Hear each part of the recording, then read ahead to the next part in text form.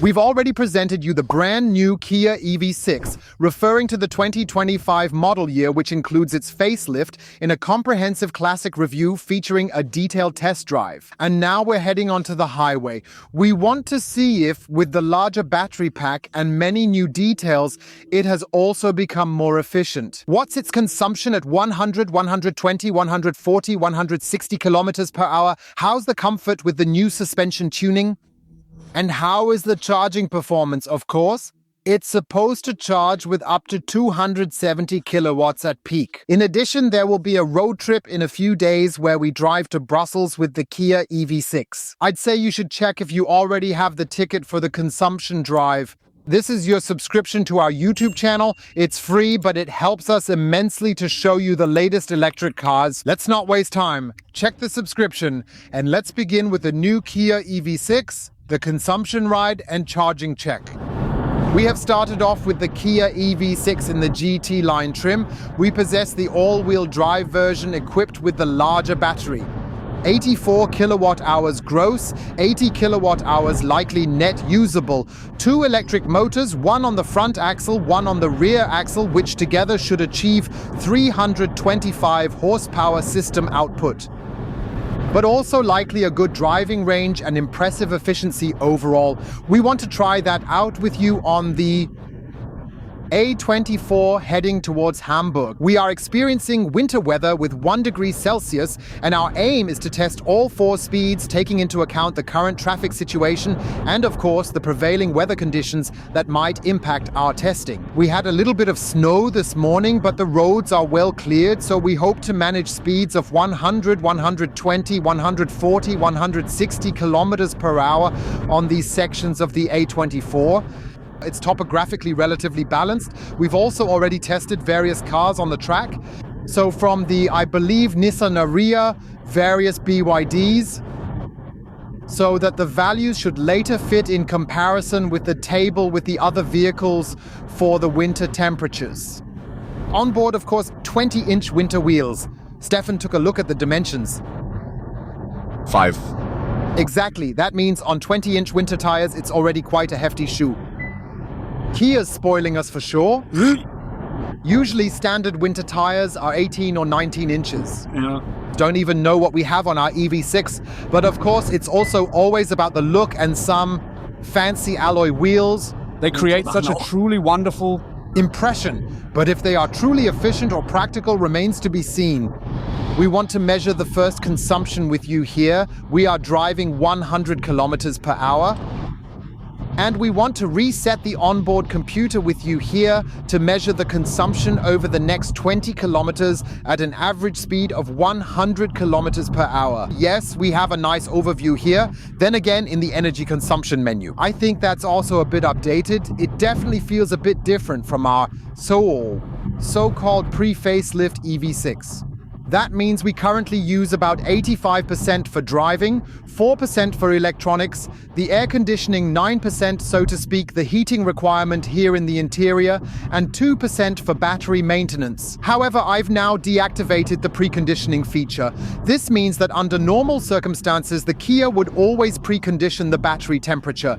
This is obviously done to ensure that the DC fast charging process is as efficient and optimal as possible. I have temporarily disabled this for the consumption check. We're driving in eco mode because we naturally want to give the car a chance, especially in this 1 degree and dreary weather. To accurately determine the lowest possible consumption here during this check we're conducting. And then we'll be getting back to you after we've driven 20 kilometers with the initial result.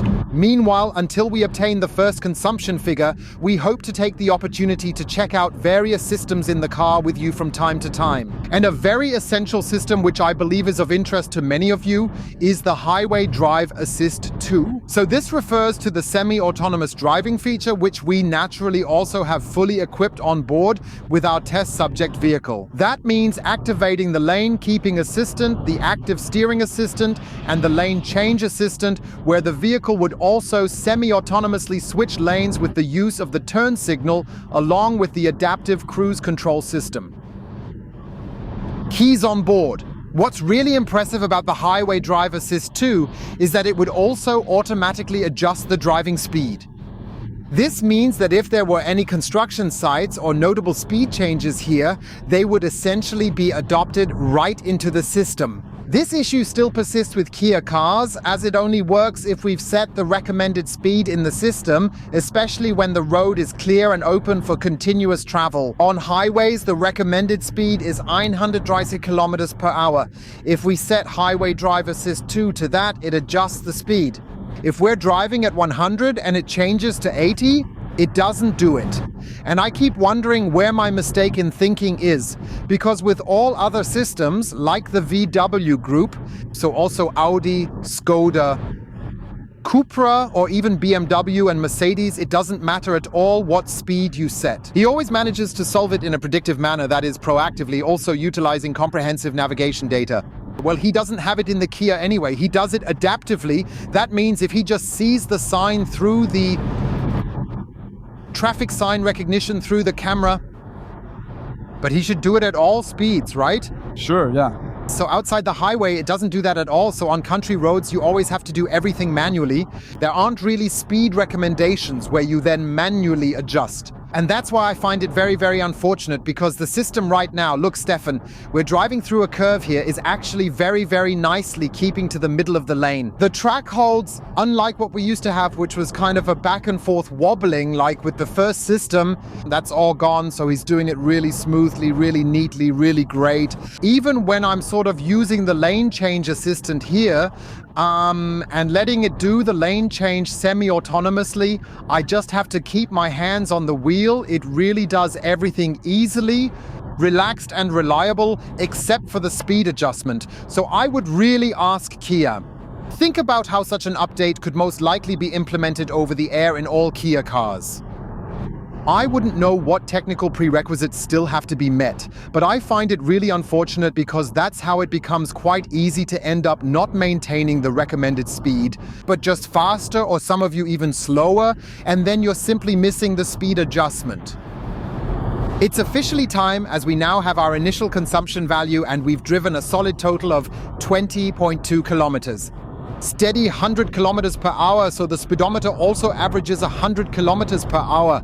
So we have a GPS deviation of 1.2 kilometers per hour. Our consumption is 20.5 kilowatt hours for every 100 kilometers. I think it's actually quite okay, held its own pretty well. We have a cross-utility vehicle, so it's not a low sedan, but also not a tall SUV, so it sits somewhere.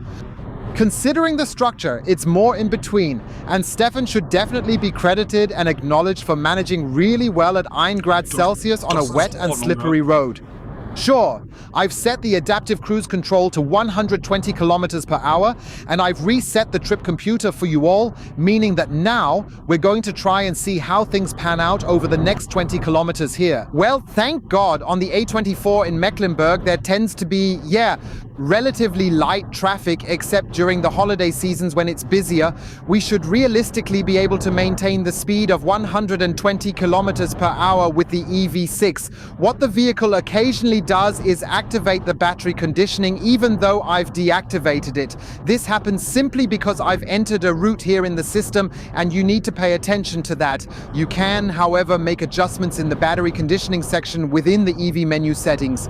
Then also manually deactivate it again, because we obviously don't want the consumption to be affected here in any way. Then, for example, through battery conditioning. A good electric car naturally includes not only excellent navigation systems, meaning smooth and efficient guidance, but it ideally also provides comprehensive support in the area of charging planning.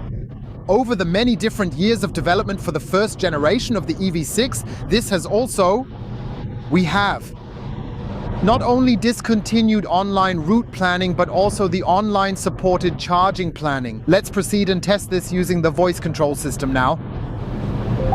Kindly navigate us to Munich, going to the Viktualienmarkt number 1.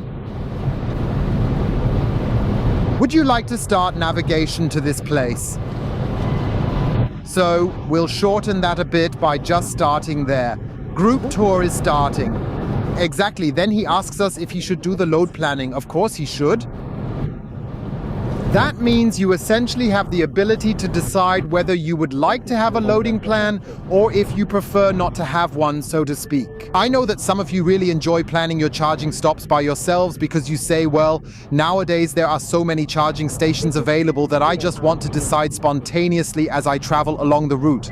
Do I want to charge at this moment or not at all? This means that, of course, you absolutely have both the choice and the flexibility to make that decision. To say you don't want that. Otherwise, as you can see here, to Munich, he would now plan 4 charging stops if I see it correctly. Battery is at 69% now. It's irrelevant how often he wants to charge. It's a good tale, Stefan, right? He does it fast and well. The question, do I want it or not, right? So you really have to commend him for that. And also here, like the navigation, when you zoom in and out, everything has become nice and snappy. So from that perspective, Kia, I believe, has made significant progress and is steadily catching up to the top suppliers in the market. We have another consumption measurement, and after covering a distance of 20.4 kilometers, we have used up 26.3 kilowatt hours for every 100 kilometers. We were able to consistently maintain a speed of 120 kilometers per hour throughout. Indeed, Stefan, I observed that this part of the road is also slightly becoming an incline once again.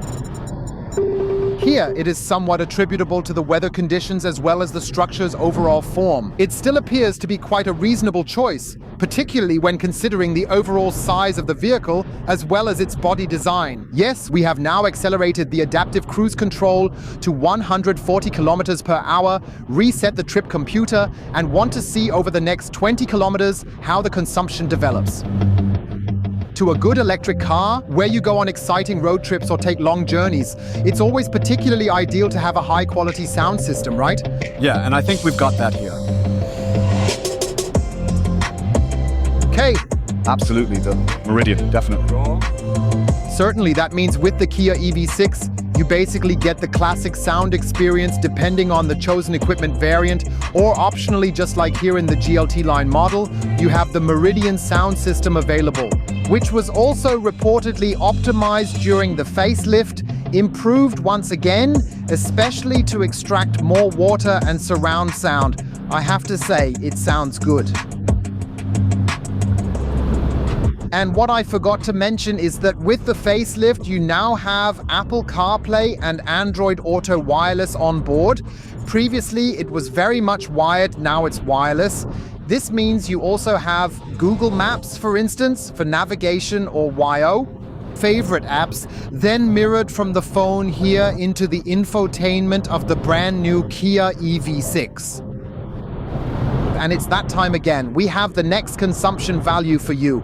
We drove 20.5 kilometers continuously at 140 kilometers per hour and had a consumption of 130, actually not 130, 30.1 kilowatt hours per every 100 kilometers. The temperatures fluctuate between 0 degree and 1 degree consistently. Sometimes the highway is wet, other times dry. It's clear that as we drive faster, energy consumption naturally rises almost exponentially. Yes, in the summer it certainly looks completely different. We have experienced that you then consume 3, 4, 5 kilowatt hours per 100 kilometers less. Also in the tables later, you'll find comparison values from the previous model in summer temperatures. So don't be put off thinking that in winter the consumption is significantly higher, even with the new Kia EV6. Compared to in summer. To be fair, you have to say that, but I also think it's important to represent both summer and winter, right? Sure thing.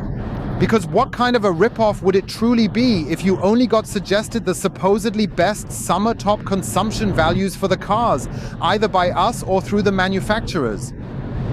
Naturally, that's not what we aim for. Instead, our goal is to present to you the genuine, complete range and full spectrum of electromobility options here. We're going 160 kilometers per hour, having reset the onboard computer, aiming to maintain this speed for the next 20 kilometers. Naturally, a top-notch travel EV designed for das Jahr 2025 should definitely feature a full travel comfort package. To measure and compare between the individual subjects in order to obtain honest, fair and meaningful values, we have created a medium for almost 5 years now. That gives us the ability to effectively compare landing gears, travel comfort, and the quality of the seats. This particular medium is known as Stefan's Oppo-meter, and we're quite curious to discover how well it performs today. Yeah, so I'm really sitting here quite comfortably. I think the seats are quite appealing and inviting. I have excellent lateral support. The ability to adjust the height makes it quite enjoyable and extremely comfortable to sit here. So we already discussed the suspension in the previous review. It's wonderfully firm and yet still maintains a comfortable ride. Additionally, we have the feeling that it doesn't sway or wobble nearly as much as the older model used to. It feels a touch more comfortable now. So what Stefan, I believe, means by wobbling is that he naturally has a sensitivity to ruts, manhole covers, bumps, any holes in the roads, which we are seeing in abundance here in Germany as well by now, and that he now manages to cushion much more effectively with the spread. Back then, it was like a real jolt, where, as I would say, you kept getting hit flat in the backbone. And that's almost completely gone, and especially in the different driving modes, it really manages to adjust steering and suspension well, in my opinion. Especially here in the GT line in the top variant, it does this extremely well, and I think it has significantly improved its travel comfort as a result. We are planning to make a third video in a few days where we're going on an exciting road trip, and Stefan and I drive 800 kilometers to Brussels and over 800 kilometers back to then give you an overall impression over 1,600 kilometers. Please don't miss the video, and feel free to check if you have subscribed to einfach, elektrisch community pages. It's free on YouTube but helps us a lot with moving forward, and it helps you to not miss such road trip videos also with the EV6 model year 2025. We have the next consumption value. We are maintained a steady speed of 160 kilometers per hour for a distance of 21.4 kilometers and recorded a consumption of 37.7 kilowatt hours per 100 kilometers. Yes, that's admittedly quite a bit, and it did increase exponentially compared to the average at 140 kilometers per hour, but I believe it's reasonable given the context of this test drive. Considering the slightly wintry conditions, we really can't find much to complain about now. We've had several participants who've gone over 40. Yes, especially when you think about our Swedish colleagues. And where we absolutely must give credit to Kia is the fact that you actually get the adaptive cruise control with lane change assist function, which operates incredibly effectively across the entire speed range, reaching all the way up to an impressive maximum of 180 kilometers per hour. Feel free to use both the lane keeping and steering assist functions. Simply ignore the 100. There's no 100 here. That's been showing the whole time, even though there hasn't been a single traffic sign with 100 in between. That's kind of a problem in traffic sign recognition, so you really have to praise Kia because these assistance systems still work up to top speed and don't just stop at 130 kilometers per hour. We've already noticed that with some of our subjects as well. I think that's really great. Feel free to take a look at the tables now and compare the model update, model year 2025 EV6 with its predecessor and also with the other tested vehicles.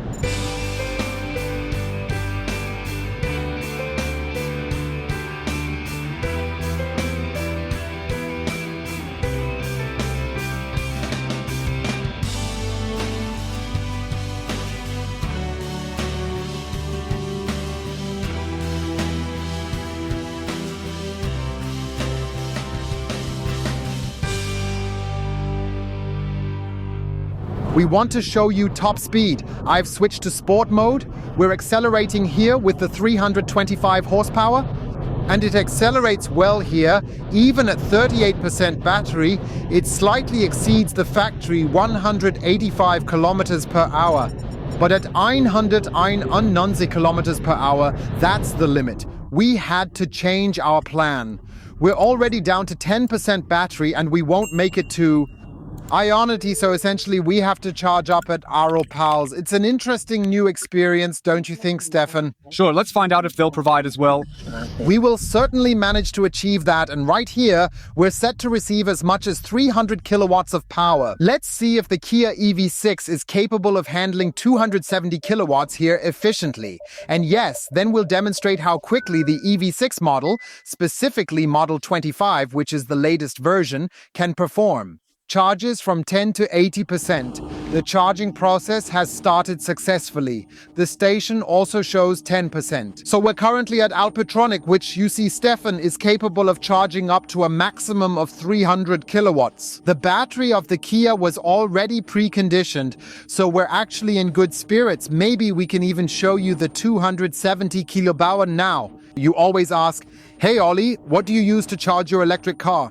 And when we charge publicly, I always use the free kilometers from InCharge. You can use either your web browser or the dedicated app to access InCharge, earn free kilometers by engaging in online shopping or by offering detailed reviews of charging stations. Various specific challenges. We've successfully managed to charge more than 50,000 kilometers completely free of cost by this method now. If you're interested in that, feel free to check out the video description. I believe InCharge could indeed be quite interesting for you. Let's go ahead and take a look to see where we have arrived at this point. So we are at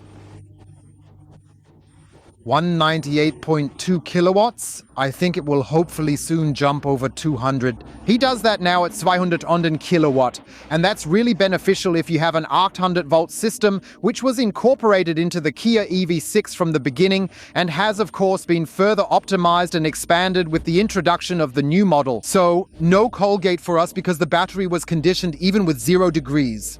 And we've traveled about 270 kilometers now with 88% battery. That's actually okay for winter, right?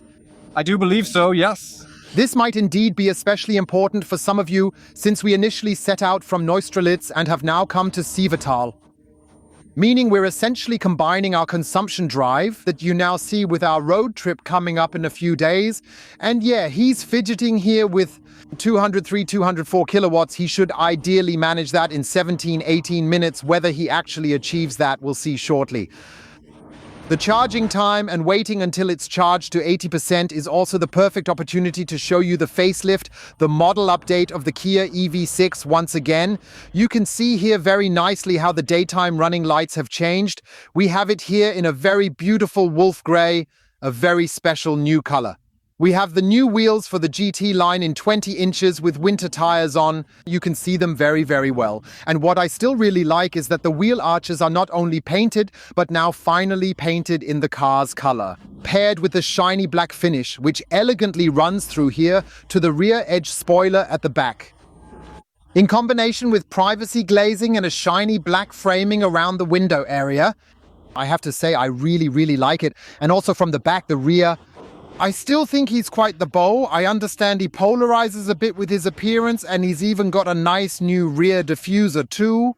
It looks a little fluffier and definitely more modern. I'm quite eager to hear your thoughts on it. We still have 490 liters in the trunk, over 1200 liters with the seats folded down, and depending on the variant, rear or all-wheel drive, also a frunk with between 20 and 57 liters. Feel free to check out the review again, where we show you the entire car from the outside, from the inside, including the 0 to 100 test and all sorts of interior noises. What else did we do, Stefan? Oh, just check out the review and test drive if you haven't already.